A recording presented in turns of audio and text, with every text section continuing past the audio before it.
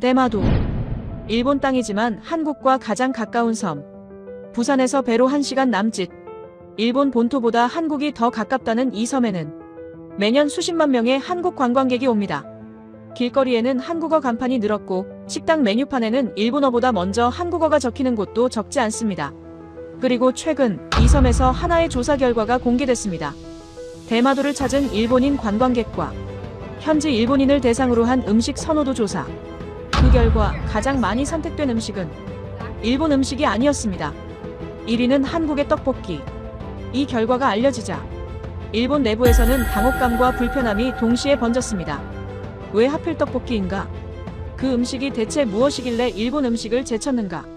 이 선택은 단순한 유행인가? 아니면 다른 의미가 있는 것인가? 대마도라는 가장 민감한 공간에서 왜 일본인들이 한국의 떡볶이를 선택했는지, 그리고 그 선택이 무엇을 흔들었는지 지금부터 그 이야기를 바로 시작하겠습니다. 시작에 앞서 좋아요, 구독 눌러주시면 영상 제작에 큰 힘이 됩니다. 안녕하세요. 저는 올해 나이 52살 사토 히로시입니다. 일본 나가사키현 대마도에서 태어나고 자랐어요. 이 섬을 떠난 적이 없습니다.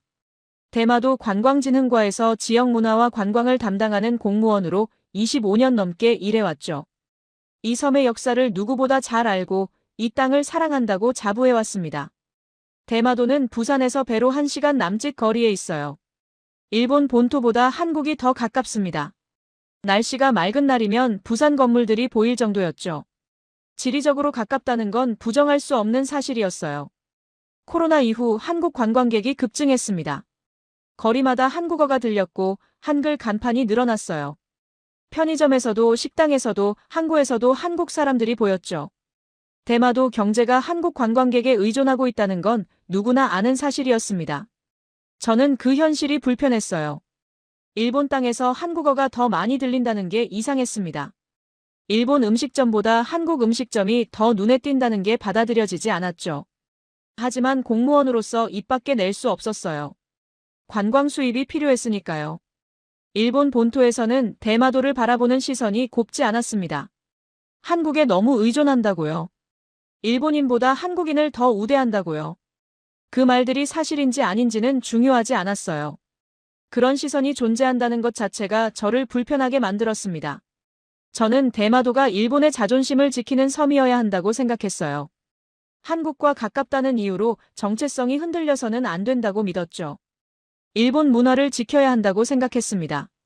그게 제 역할이라고 여겼어요. 그날은 2025년 2월 초순이었습니다. 오전 10시쯤 정례회의가 있었어요. 관광진흥과 직원들이 모두 모이는 원래 회의였죠. 저는 회의실에 들어가 자리에 앉았습니다. 과장이 자료를 나눠줬어요. 이번 달 관광 동향 보고서였습니다. 저는 그 자료를 받아 천천히 읽기 시작했어요. 관광객 수, 숙박 현황, 소비 패턴. 익숙한 내용들이었습니다. 그런데 마지막 페이지에 낯선 항목이 있었어요. 대마도 방문객 음식 선호도 조사 결과라는 제목이었습니다. 저는 그 제목을 보고 눈썹을 찌푸렸어요. 음식 선호도 조사는 제가 담당하는 업무가 아니었거든요. 자료를 펼쳤습니다. 조사 대상은 일본인 관광객과 대마도 현지 일본인 주민이라고 적혀 있었어요.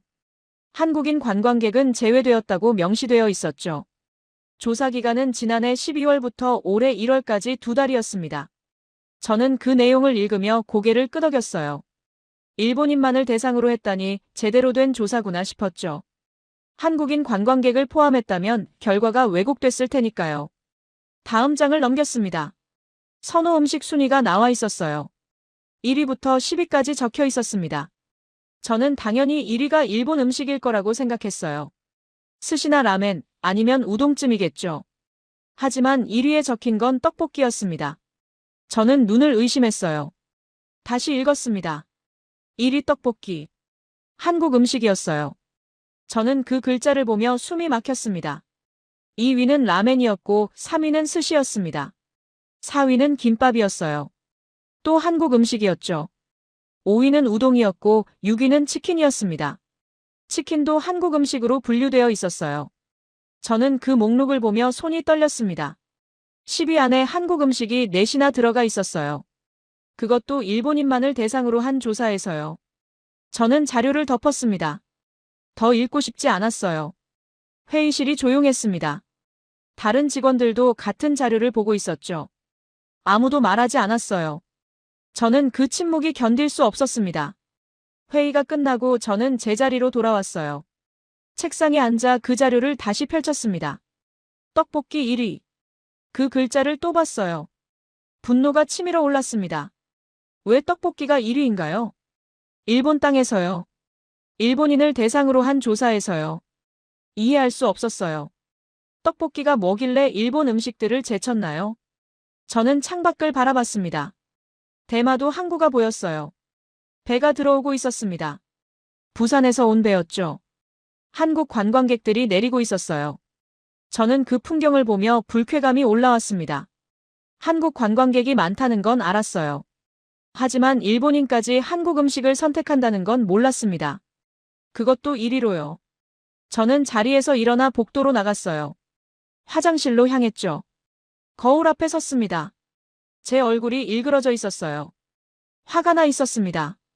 왜 일본인이 한국 음식을 선택하는 건가요? 일본 음식은 세계적으로 인정받는 요리인데요. 전통이 있고 품격이 있고 역사가 있는데요. 왜 그걸 두고 떡볶이를 선택하나요? 저는 물로 얼굴을 씻었어요. 진정하려고 했습니다. 하지만 분노는 가라앉지 않았어요. 오후 2시쯤 저는 사무실을 나와 대마도 중심가로 향했습니다. 직접 확인하고 싶었어요. 정말 일본인들이 한국 음식을 그렇게 선택하고 있는지요. 중심가에 들어서자마자 한글 간판이 보였습니다. 떡볶이 전문점이었어요. 빨간 간판이 눈에 확 띄었죠. 저는 그 간판을 보며 눈살을 찌푸렸습니다. 가게 앞을 지나쳤어요. 안을 슬쩍 들여다봤습니다. 손님이 있었어요. 4~5명쯤 앉아 있었죠. 모두 일본인처럼 보였습니다. 저는 그 장면을 보고 발걸음을 멈췄어요. 일본인들이 떡볶이를 먹고 있었습니다. 한국 음식을요. 대마도에서요. 저는 그 풍경이 믿기지 않았어요. 조금 더 걸었습니다. 또 다른 한국 음식점이 보였어요. 김밥 천국이라는 간판이었습니다. 저는 그 이름을 보며 코웃음을 쳤어요. 천국이라니요. 과장이 심했습니다. 하지만 그 가게 앞에도 사람이 있었어요. 대기하는 사람이 3~4명 보였습니다. 일본인이었어요. 저는 그 모습을 보며 주먹을 쥐었습니다. 저는 계속 걸었어요. 중심가를 천천히 둘러봤습니다. 한국 음식점이 생각보다 많았어요. 치킨집, 분식집, 한식당. 6곳이 넘었습니다. 저는 그 간판들을 보며 가슴이 답답해졌어요. 대마도는 일본 땅인데 왜 한국 음식점이 이렇게 많은 건가요? 일본 음식점은 어디 갔나요? 오후 4시쯤 저는 다시 떡볶이 전문점 앞으로 돌아왔습니다. 아까보다 사람이 더 많았어요. 가게 밖까지 줄이 서 있었죠. 5명쯤 되어 보였습니다. 모두 일본인이었어요. 저는 그 줄을 보며 서 있었습니다. 믿을 수 없었어요. 일본인들이 한국 음식을 먹기 위해 줄을 서고 있다니요. 이 섬에서요. 한 남자가 가게에서 나왔습니다. 30대쯤 되어 보이는 일본인 남자였어요. 손에 빨간 통을 들고 있었습니다. 떡볶이였죠. 그 남자는 길을 걸으며 젓가락으로 떡볶이를 집어먹었어요. 자연스럽게요. 저는 그 모습을 보며 분노가 폭발할 것 같았습니다. 왜 일본인이 한국 음식을 저렇게 당연하게 먹어야 하는 건가요? 왜 일본 음식이 아니라 저걸 선택하는 건가요? 저는 자리를 떠났습니다. 더 보고 싶지 않았어요. 하지만 걸으면 걸을수록 한국 음식점이 눈에 들어왔습니다. 간판이 보였고 냄새가 났고 사람들이 드나들었어요. 모두 일본인이었습니다. 저는 항구로 돌아왔어요. 벤치에 앉아 바다를 바라봤습니다. 부산 쪽이 보였어요. 저는 그쪽을 보며 생각했습니다. 한국이 저렇게 가깝구나. 너무 가깝구나. 그날 저녁 저는 사무실로 돌아와 그 자료를 다시 펼쳤습니다. 떡볶이 1위.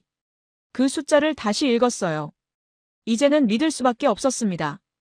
오후에 본 풍경이 증거였으니까요. 하지만 저는 여전히 이해할 수 없었어요. 왜 일본인들이 한국 음식을 선택하는 건가요? 일본 음식은 맛있고 전통이 있고 우리 문화인데요. 왜 그걸 두고 한국 음식을 먹는 건가요? 저는 창밖을 바라봤습니다. 어두워지고 있었어요. 거리에 불이 켜지기 시작했죠.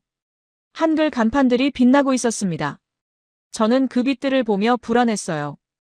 이건 단순한 유행이 아닐지도 모른다고 생각했습니다. 일시적인 현상이 아니라 뭔가 더 깊은 변화가 시작된 건 아닐까요? 일본 음식 문화가 밀려나고 있는 건 아닐까요? 저는 그 생각을 떨쳐내고 싶었어요. 하지만 오후에 본 장면들이 자꾸 떠올랐습니다. 줄 서 있던 일본인들, 떡볶이를 먹던 남자, 붐비던 한국 음식점들. 모두 현실이었어요. 저는 책상 앞에 앉아 메모지를 꺼냈습니다. 펜을 들었죠. 뭔가 써야 할 것 같았어요. 하지만 무엇을 써야 할지 몰랐습니다. 왜 이런 결과가 나왔는지, 왜 일본인들이 한국 음식을 선택하는지 저는 그 이유를 알 수 없었어요. 저는 펜을 내려놓고 한숨을 쉬었습니다. 이대로 넘어갈 수 없다고 생각했어요. 직접 확인해야 한다고요. 그 가게들에 가봐야 한다고요. 일본인들이 왜 그곳을 선택하는지, 무엇이 그들을 끌어당기는지 제 눈으로 봐야 한다고요. 저는 메모지에 한 줄을 적었습니다. 내일 중심가 재방문. 한국 음식점 직접 관찰. 짧은 문장이었지만 제 안에서 뭔가 움직이기 시작했습니다. 저는 그날 밤 사무실을 나서며 다시 한번 거리를 바라봤어요.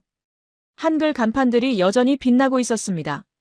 저는 그 빛들을 보며 긴장했어요. 불안했고 불편했고 동시에 뭔가 확인하지 않으면 안 될 것 같은 조급함이 밀려왔습니다. 저는 천천히 걸으며 생각했어요. 이건 유행일 뿐이라고요. 곧 사라질 거라고요.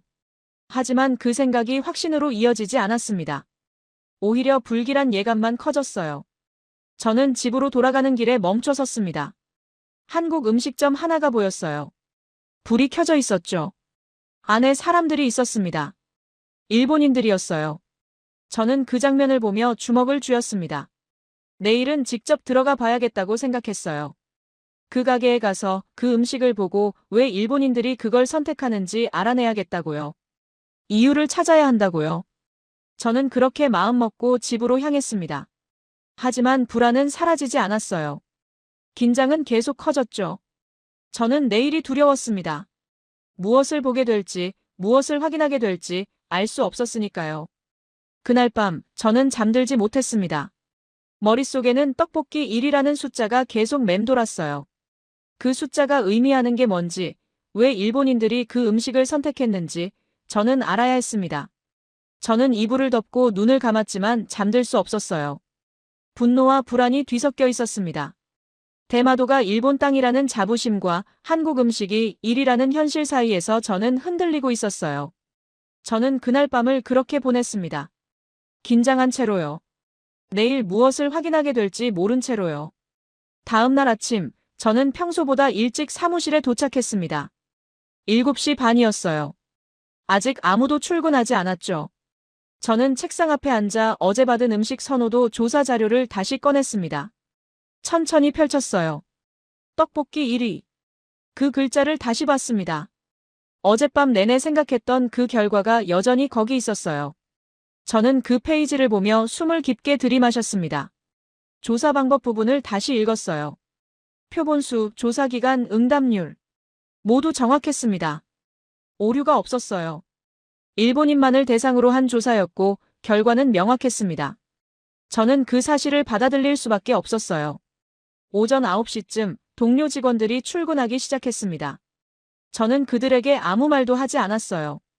어제 회의에서 모두 그 자료를 봤으니까요. 하지만 아무도 그 이야기를 꺼내지 않았습니다. 침묵이 흘렀어요. 저는 그 침묵이 더 불편했습니다. 점심시간 전, 저는 사무실을 나섰습니다. 대마도 중심가로 향했어요. 어제 봤던 한국 음식점들을 다시 확인하고 싶었습니다. 어제는 충격 때문에 제대로 보지 못했거든요. 중심가에 도착했을 때는 11시 40분쯤이었어요. 점심시간이 시작되기 직전이었죠. 저는 어제 봤던 떡볶이 전문점 앞으로 걸어갔습니다. 가게 앞에 사람들이 모여 있었어요. 벌써 줄이 형성되고 있었습니다. 5명쯤 되어 보였죠. 저는 그 줄을 보며 멈춰 섰습니다. 점심시간도 안 됐는데 벌써 사람들이 기다리고 있었어요. 저는 조금 떨어진 곳에 서서 지켜봤습니다. 줄에 선 사람들을 관찰했어요. 모두 일본인이었습니다. 젊은 여자들도 있었고 중년 남자들도 있었죠. 회사원처럼 보이는 사람들이었어요. 12시가 되자 줄이 더 길어졌습니다. 10명이 넘었어요. 저는 그 모습을 보며 가슴이 답답해졌습니다. 일본인들이 한국 음식을 먹기 위해 저렇게 줄을 서고 있다니요. 한 사람이 가게에서 나왔습니다. 손에 빨간 통을 들고 있었어요.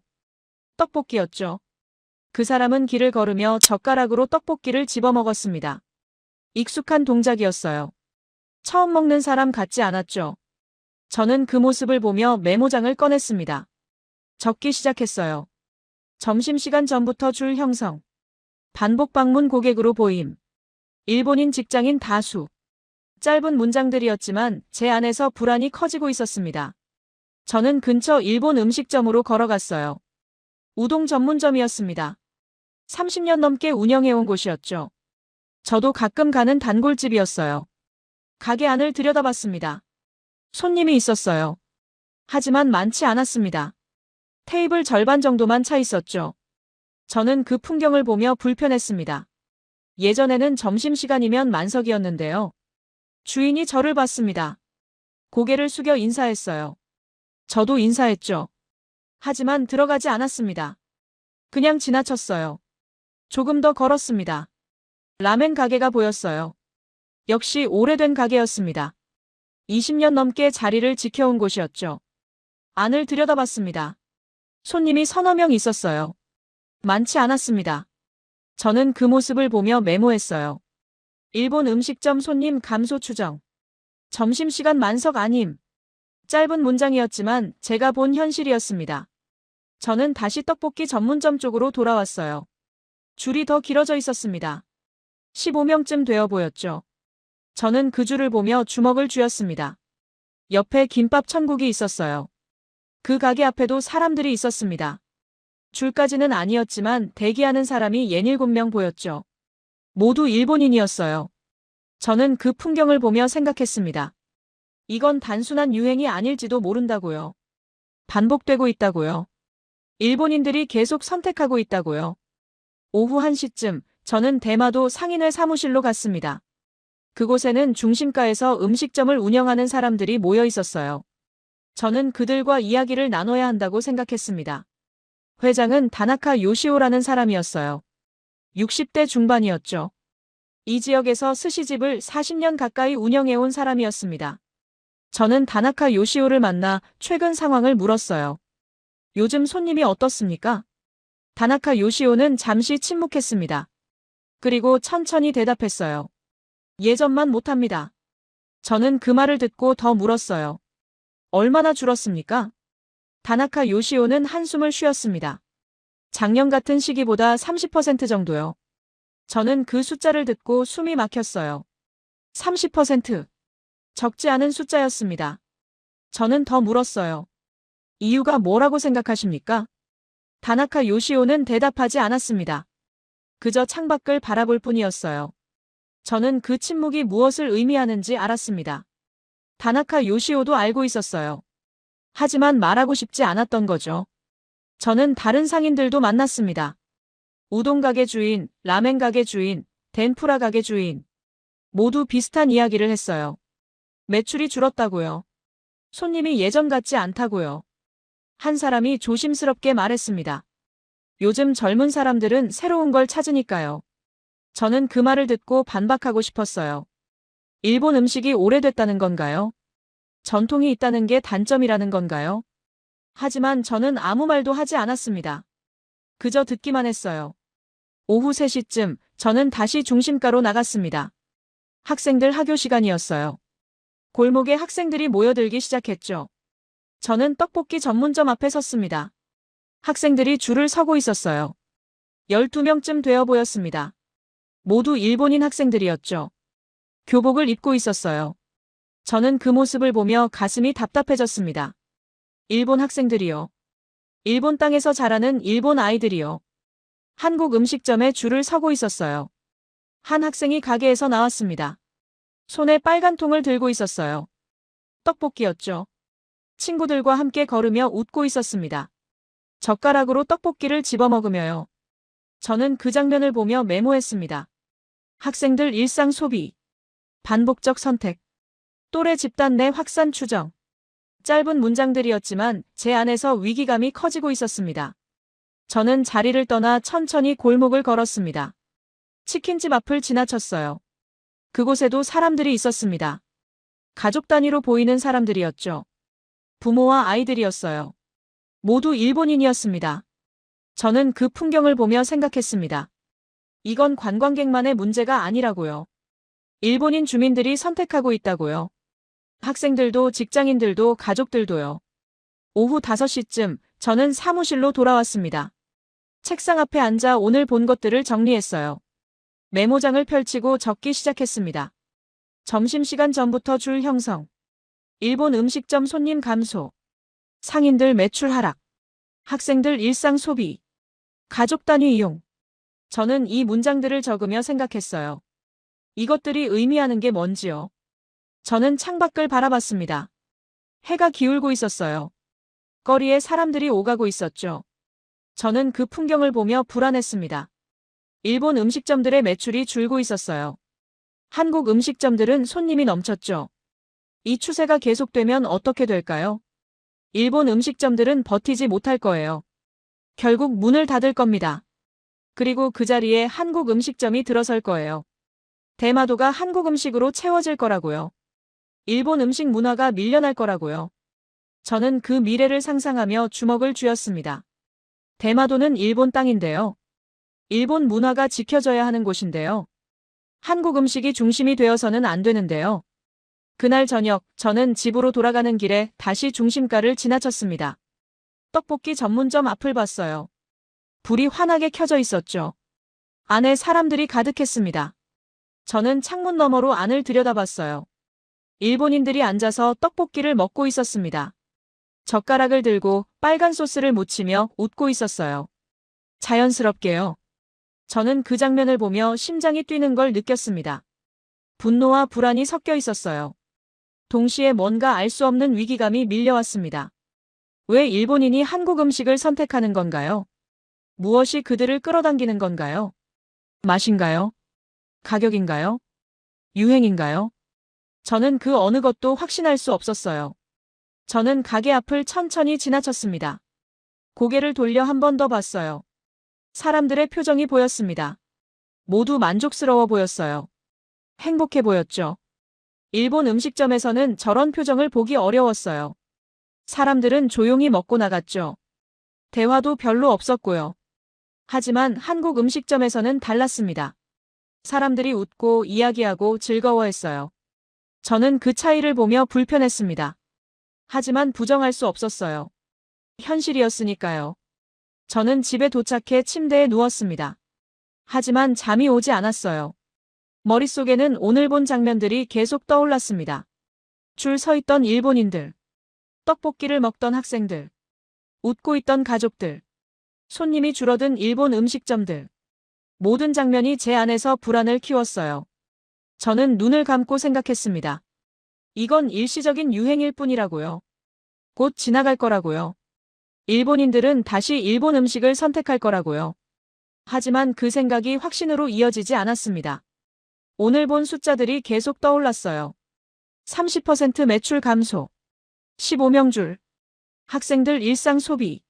저는 이불을 덮고 다시 생각했습니다. 이건 단순한 유행이 아닐지도 모른다고요. 뭔가 더 깊은 변화가 일어나고 있을지도 모른다고요. 대마도가 변하고 있었어요. 제가 알던 대마도가 아니었습니다. 일본 음식 중심이었던 이 섬이 점점 한국 음식으로 채워지고 있었어요. 저는 그 변화를 받아들일 수 없었습니다. 인정하고 싶지 않았어요. 하지만 현실은 계속 제 눈앞에 펼쳐지고 있었습니다. 저는 그날 밤을 그렇게 보냈어요. 잠들지 못한 채로요. 불안한 채로요. 위기감 속에서요. 대마도가 제 손을 떠나고 있다는 느낌이 들었습니다. 일본 문화가 밀려나고 있다는 두려움이 커졌어요. 저는 그걸 막아야 한다고 생각했습니다.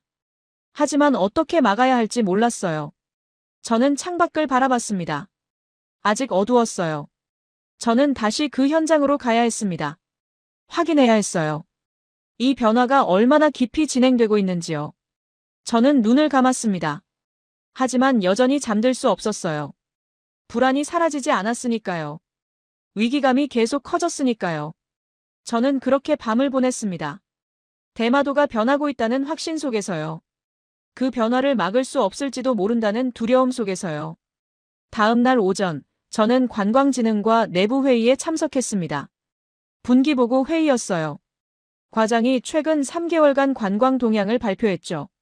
저는 자료를 받아 천천히 읽기 시작했습니다. 한국 관광객 수는 전년 대비 45% 증가했어요. 숙박일수도 늘었고 평균 소비액도 올랐습니다. 숫자는 명확했어요. 대마도 경제가 한국 관광객에 더 깊이 의존하고 있다는 증거였죠. 다음 페이지에는 업종별 매출 변화가 나와 있었습니다. 음식점 부문을 봤어요. 한국 음식점 매출은 전년 대비 68% 증가했습니다. 일본 음식점 매출은 23% 감소했어요. 저는 그 숫자를 보며 숨이 막혔습니다. 68% 증가, 23% 감소. 이건 단순한 변동이 아니었어요. 구조적 변화였습니다. 회의가 끝나고 저는 사무실로 돌아왔어요. 책상에 앉아 그 숫자들을 다시 봤습니다.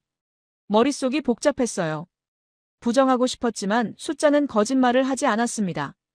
오후 2시쯤 저는 다시 중심가로 나갔습니다. 이번에는 목적이 달랐어요. 관찰이 아니라 확인이었습니다. 왜 일본인들이 한국 음식을 선택하는지 그 이유를 찾아야 했어요. 떡볶이 전문점 앞에 도착했습니다. 점심시간은 지났지만 여전히 사람들이 있었어요. 저는 가게 밖에 서서 메뉴판을 봤습니다. 떡볶이 3,000엔, 김밥 2,500엔, 튀김 1,000엔. 가격이 저렴했어요. 일본 음식점에 비하면 확실히 쌌습니다. 하지만 그것만으로 설명될까요? 저는 고개를 저었어요. 가격만의 문제는 아닐 거라고 생각했습니다. 저는 가게 안으로 들어갔습니다. 처음으로요. 문을 밀고 들어갔어요. 종이 울렸죠. 주인이 저를 봤습니다. 한국 사람처럼 보였어요. 웃으며 인사했습니다. 저는 구석자리에 앉았어요. 메뉴판을 받았습니다. 한글과 일본어가 함께 적혀 있었죠. 저는 떡볶이를 주문했습니다. 가장 기본 메뉴였어요. 주인은 주방으로 갔습니다. 즉시 조리를 시작했어요. 냄비에 물을 끓이고 떡을 넣고 빨간 소스를 부었죠. 동작이 빨랐습니다. 10분도 안 걸렸어요. 저는 그 과정을 지켜봤습니다. 조리 방식은 단순했어요. 복잡하지 않았죠. 일본 음식처럼 정교하지 않았습니다. 하지만 빠르고 정확했어요. 떡볶이가 나왔습니다. 빨간 소스에 흰 떡이 담긴 그릇이었어요. 저는 젓가락을 들고 한 입 먹었습니다. 매웠어요. 단맛과 매운맛이 섞여 있었죠. 제 입맛과는 달랐습니다. 그때 옆 테이블에 일본인 2명이 앉았어요. 중년 여자들이었습니다. 주문을 했어요. 떡볶이와 김밥이었죠. 메뉴판을 보지도 않고 주문했습니다. 익숙한 사람들이었어요. 음식이 나왔고 2사람은 먹기 시작했습니다. 젓가락을 능숙하게 사용했어요. 대화를 나눴죠. 여기 빠르고 좋아. 맞아. 실패가 없어. 저는 그 대화를 들으며 메모했습니다. 빠르다. 실패가 없다. 그 단어들이 머릿속에 남았어요. 저는 떡볶이를 다 먹지 않고 자리를 떠났습니다. 돈을 내고 나왔어요. 밖에 서서 깊게 숨을 쉬었습니다. 뭔가 보이기 시작했어요. 하지만 정리할 수 없었습니다. 저는 근처 일본 음식점으로 걸어갔어요. 스시집이었습니다. 40년 넘게 운영해온 곳이었죠. 안으로 들어갔습니다. 주인이 저를 봤어요. 인사했습니다. 저도 인사하고 자리에 앉았죠. 메뉴판을 봤습니다. 스시 정식 6,000엔, 사시미 정식 7,000엔. 가격이 비쌌어요. 떡볶이의 2배였습니다. 저는 스시 정식을 주문했어요. 조리 시간이 20분 정도 걸린다고 했습니다. 저는 기다리며 주변을 봤어요. 손님이 3명 있었습니다. 많지 않았죠. 조용했어요. 대화 소리도 거의 들리지 않았습니다. 스시가 나왔습니다. 정갈하게 담겨 있었어요. 아름다웠죠. 저는 젓가락을 들고 먹었습니다. 맛있었어요. 신선했고 정교했고 품격이 있었습니다. 하지만 저는 생각했어요. 20분을 기다렸다고요. 6,000엔을 냈다고요. 맛은 좋지만 빠르지 않았고 저렴하지도 않았어요. 저는 그 차이를 느꼈습니다. 일본 음식은 품격이 있었어요. 하지만 부담도 있었습니다. 시간도 가격도 격식도요. 한국 음식은 달랐어요. 빠르고 저렴하고 부담이 없었습니다. 저는 돈을 내고 가게를 나왔습니다. 맞게 서서 생각했어요. 일본인들이 선택한 건 무엇일까요? 맛일까요? 아니면 부담 없음일까요? 저는 다시 중심가를 걸었습니다. 한국 음식점들을 하나씩 지나쳤어요. 치킨집, 김밥 천국, 분식집. 모든 가게가 붐볐습니다. 사람들이 웃고 이야기하고 편하게 먹고 있었어요. 저는 일본 음식점들도 봤습니다. 스시집, 라멘집, 우동집. 손님이 적었어요. 조용했죠. 사람들은 격식을 차리며 먹고 있었습니다. 저는 그 대비를 보며 불편했습니다. 하지만 부정할 수 없었어요. 현실이었으니까요. 오후 5시쯤 저는 사무실로 돌아왔습니다. 책상 앞에 앉아 오늘 본 것들을 정리했어요. 메모장을 펼치고 적기 시작했습니다. 빠른 조리, 저렴한 가격, 실패 없는 선택, 부담 없는 분위기, 격식 없는 식사. 저는 이 문장들을 적으며 생각했어요. 이게 이유일까요? 저는 창밖을 바라봤습니다. 해가 지고 있었어요.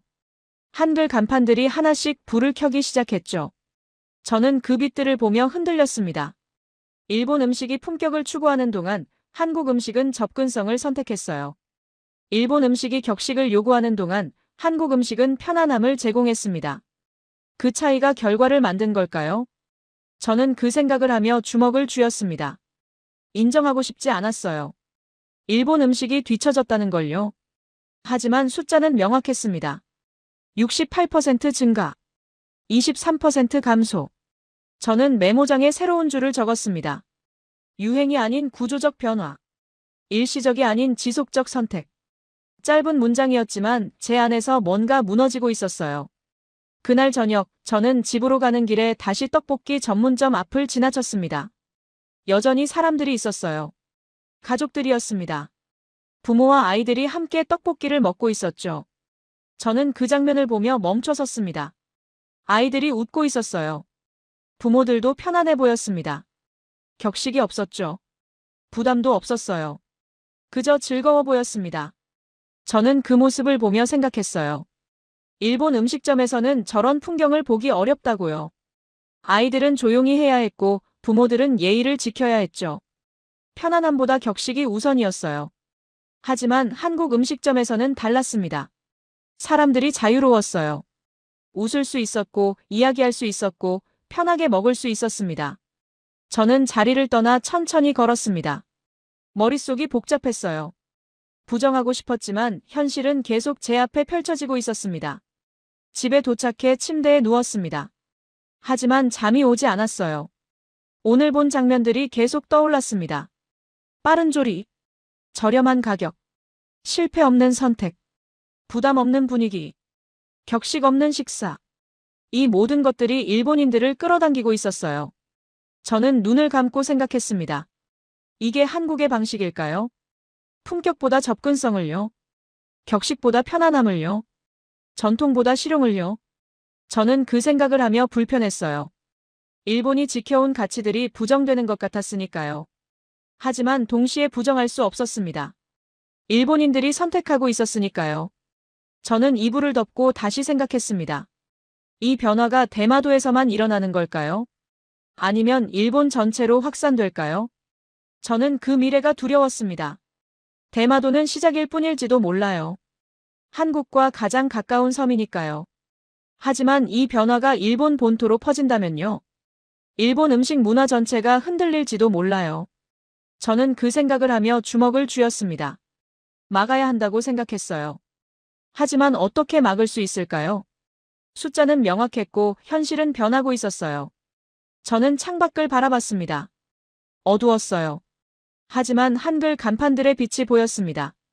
저는 그 빛들을 보며 흔들렸어요. 제가 믿어온 것들이 틀렸을까요? 일본 음식의 품격이 오히려 약점이었을까요? 격식이 부담이었을까요? 전통이 불편함이었을까요? 저는 그 질문들에 대답할 수 없었어요. 하지만 현실은 계속 제게 답을 보여주고 있었습니다. 일본인들이 한국 음식을 선택하고 있다고요. 계속해서요. 저는 눈을 감았습니다. 하지만 잠들 수 없었어요. 머릿속에는 떡볶이 1위라는 숫자가 계속 맴돌았습니다. 그 숫자가 의미하는 게 뭘까요? 단순히 한 음식의 인기일까요? 아니면 더 큰 변화의 신호일까요?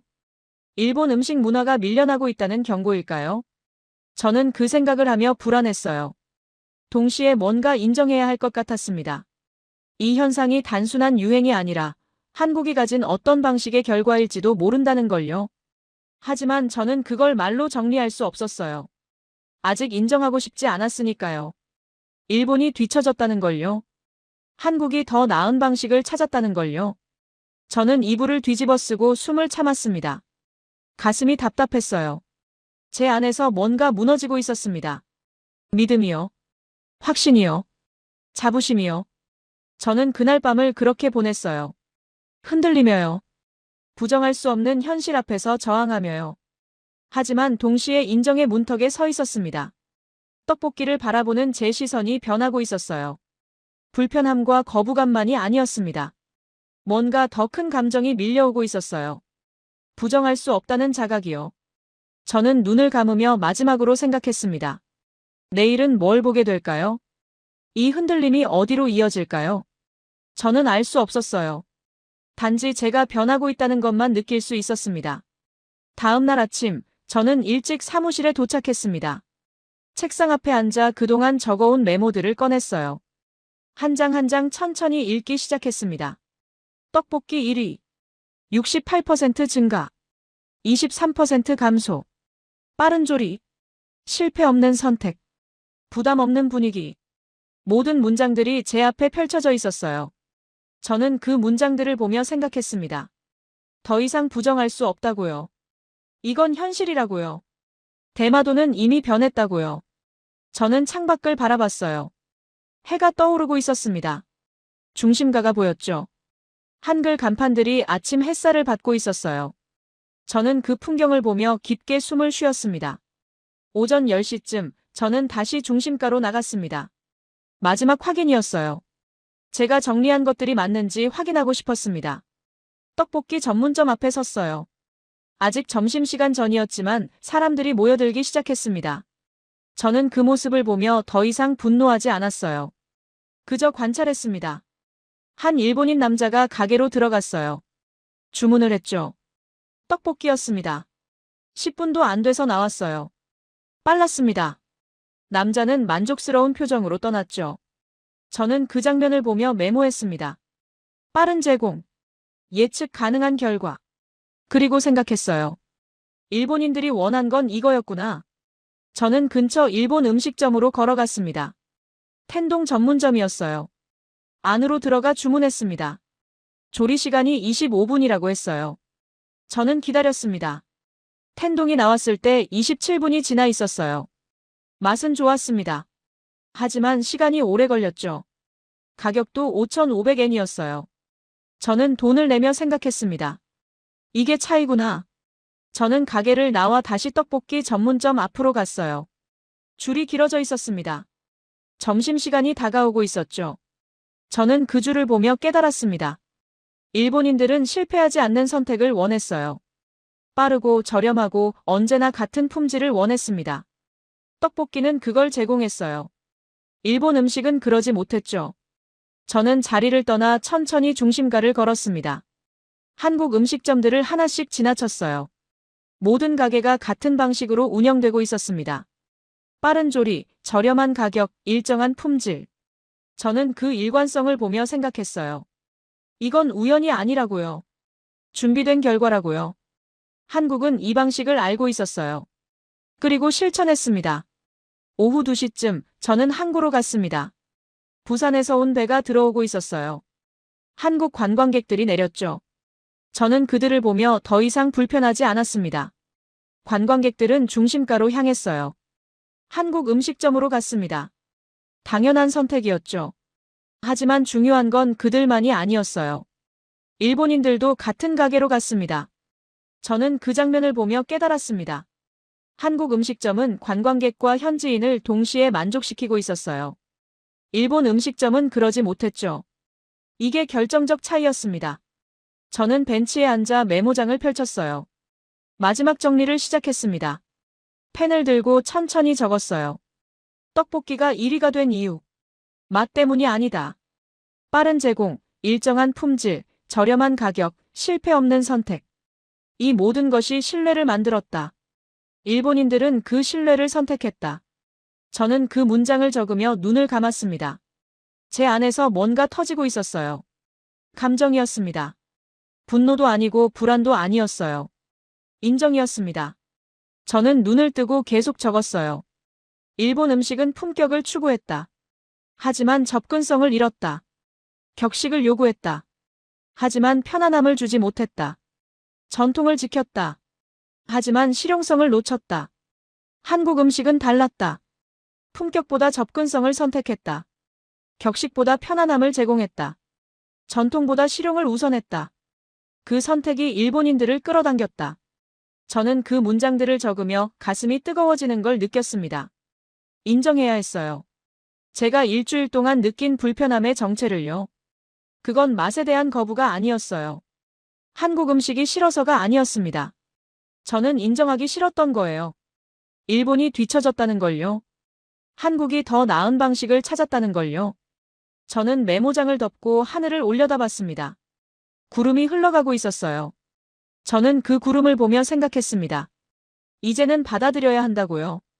오후 5시쯤 저는 사무실로 돌아왔습니다.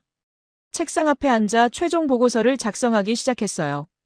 제목은 대마도 음식 선호도 변화 분석 및 시사점이었습니다. 저는 키보드를 두드리기 시작했어요. 천천히 하지만 확신을 가지고 적었습니다. 대마도에서 한국 음식, 특히 떡볶이가 1위를 차지한 것은 우연이 아니다. 이는 한국이 보여준 준비, 일관성, 신뢰의 결과다. 한국 음식점들은 빠른 제공 시간을 유지했다. 가격을 합리적으로 설정했다. 품질을 일정하게 관리했다. 관광객과 현지인 모두를 만족시켰다. 이 모든 것이 신뢰를 만들었다. 일본인들은 그 신뢰를 선택했다. 화려함이나 고급스러움이 아니라 실패하지 않는 선택을요. 언제나 같은 품질을요. 부담 없는 경험을요. 저는 그 문장들을 적으며 숨을 깊게 들이마셨습니다. 계속 적었어요. 이는 대마도만의 현상이 아닐 수 있다. 일본 전역에서 같은 변화가 일어날 가능성이 있다. 한국은 음식을 통해 신뢰를 증명했다. 그 신뢰는 다른 분야로 확장될 것이다. 저는 타이핑을 멈추고 창밖을 바라봤습니다. 어두워지고 있었어요. 한글 간판들이 불을 켜기 시작했죠. 저는 그 빛들을 보며 더 이상 불편하지 않았습니다. 오히려 인정했어요. 저 빛들이 대마도의 새로운 현실이라는 걸요. 그리고 그 현실은 한국이 만들어낸 결과라는 걸요. 저는 다시 키보드로 돌아왔습니다. 마지막 문단을 적기 시작했어요. 제 손이 떨렸습니다. 하지만 적어야 했어요. 한국은 돈으로 설득한 나라가 아니다. 결과로 설득한 나라다. 화려한 광고나 마케팅이 아니라 일관된 실력과 준비로 신뢰를 만들었다. 대마도는 한국과 가장 가까운 일본 땅이다. 그래서 가장 먼저 변했다. 하지만 이 변화는 대마도에서 멈추지 않을 것이다. 일본 전역으로 그리고 세계로 퍼져나갈 것이다. 저는 그 문장을 적고 멈췄습니다. 가슴이 뛰고 있었어요. 이건 단순한 보고서가 아니었습니다. 고백이었어요. 제가 본 것을, 느낀 것을, 깨달은 것을 정직하게 적은 기록이었습니다. 저는 마지막 문장을 적기 시작했습니다. 이 문장이 가장 중요했어요. 세계가 한국을 대하는 방식이 달라지고 있다. 그 이유는 명확하다. 한국은 말이 아니라 결과로 증명하는 나라이기 때문이다. 대마도에서 떡볶이가 1위가 된 것처럼 세계 어디서든 한국은 신뢰로 선택받을 것이다. 저는 그 문장을 적고 엔터를 눌렀습니다. 보고서가 완성됐어요. 저는 화면을 보며 깊게 숨을 쉬었습니다. 오후 6시쯤 저는 사무실을 나섰습니다. 중심가로 걸어갔어요. 마지막으로 보고 싶었습니다. 제가 인정한 그 현실을요. 떡볶이 전문점 앞에 도착했습니다. 저녁 시간이었어요. 사람들이 줄을 서 있었습니다. 일본인들이었죠. 저는 그 줄을 보며 미소를 지었습니다. 저는 가게 안으로 들어갔어요. 자리에 앉았습니다. 메뉴판을 봤어요. 그리고 주문했습니다. 떡볶이 하나 주세요. 제 목소리는 떨리지 않았어요. 편안했습니다. 주인이 웃으며 고개를 끄덕였죠. 조리를 시작했습니다. 떡볶이가 나왔습니다. 빨간 소스에 흰 떡이 담긴 그릇이었어요. 저는 젓가락을 들고 한 입 먹었습니다. 매웠어요. 하지만 이번엔 달랐습니다. 맛을 느낄 수 있었어요. 저는 천천히 먹으며 생각했습니다. 이게 신뢰의 맛이구나. 이게 한국이 만들어낸 결과구나. 저는 떡볶이를 다 먹고 돈을 냈습니다. 주인이 인사했어요. 저도 인사했죠. 가게를 나왔습니다. 밖에 서서 중심가를 바라봤어요. 한글 간판들이 환하게 빛나고 있었습니다. 저는 그 빛들을 보며 고개를 끄덕였습니다. 대마도는 변했어요. 일본 음식 중심에서 한국 음식 중심으로요. 하지만 그건 나쁜 변화가 아니었습니다. 현실이었어요. 일본인들이 선택한 결과였죠. 저는 천천히 걸으며 생각했습니다. 한국은 치밀한 나라라고요. 준비된 나라라고요. 신뢰로 승부하는 나라라고요. 대마도에서 떡볶이가 1위가 된 건 시작일 뿐이에요. 이 신뢰는 다른 곳으로 퍼져나갈 겁니다. 일본 전역으로, 아시아 전역으로, 그리고 세계로요. 저는 항구로 걸어갔어요. 바다가 보였습니다. 부산 쪽을 바라봤어요. 불빛이 보였죠.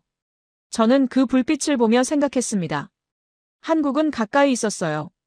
항상 그랬죠. 하지만 이제는 다르게 보였습니다. 경쟁 상대가 아니라 배워야 할 대상으로요. 저는 벤치에 앉아 하늘을 올려다봤습니다. 별이 보이기 시작했어요. 저는 그 별을 보며 마음속으로 정리했습니다. 일주일 전 저는 분노했어요. 떡볶이가 1위라는 결과예요. 일본 음식이 밀려난다는 사실이에요.